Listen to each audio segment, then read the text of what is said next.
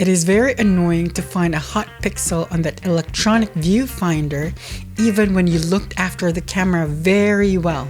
This video is about how to remove or fix that hot pixel that you just found on your Nikon Z50. Apparently, hot pixels are common occurrence and it has plagued photographers ever since humanity started using electronic viewfinders, or EVFs.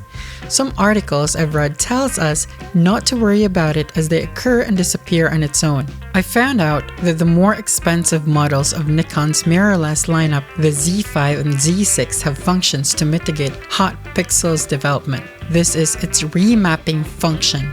Nikon Z50, on the other hand, does not have a sensor cleaning and remapping function. Although Nikon made sure that Nikon Z50 has an automatic 3-monthly sensor check or pixel remapping shutter cycle.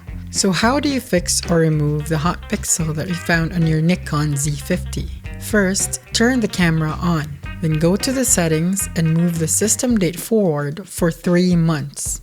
Make sure you save the changes you made and then turn the camera off. You will notice a yellow hourglass appearing after turning the camera off. When the hourglass disappears, it means that the remapping is done. You can turn on your camera and see that your hot pixel is gone. Do not forget to change your system clock back to the actual time. I hope that the solution I have presented can help you fix your EVF back to its most pristine, flawless condition. Thank you so much for watching the video and I hope to see you in the next one. Bye bye.